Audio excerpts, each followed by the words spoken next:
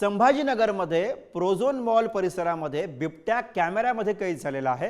One विभाग अधिकारी कर्मचारी प्रोझोन मॉलमध्ये दाखल झालेले आहेत। उल्कानगर परिसरासह संभाजीनगरमध्ये 3 दिवसांपासून बिबट्याची दहशत बघायला मिळते आणि अशातच आता ही दृश्य समोर आलेली आहेत। गेल्या 3 दिवसांपासून शहरामध्ये बिबट्याची दहशत। गेल्या 3 दिवसांपासून उल्कानगरीमध्ये बिबट्याचे दर्शन झाले होते, मात्र अजूनही त्या बिबट्याला जेरबंद करण्यामध्ये वन विभागाला यश आलेलं नाहीये।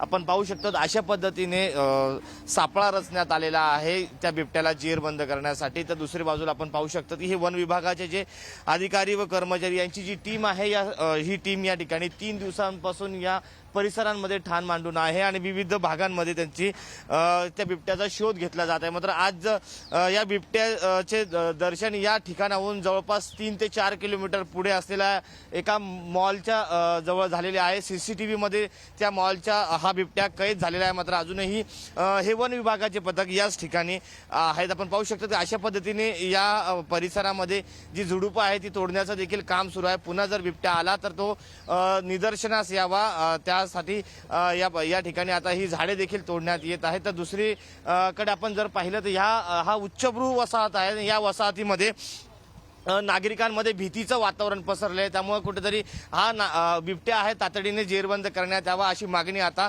नागरिकांकडून होताना पाहायला मिळत आहे। कॅमेरा पर्सन अमोल वागुलेसह मी सचिन जिरे, पुढारी न्यूज, छत्रपती संभाजीनगर।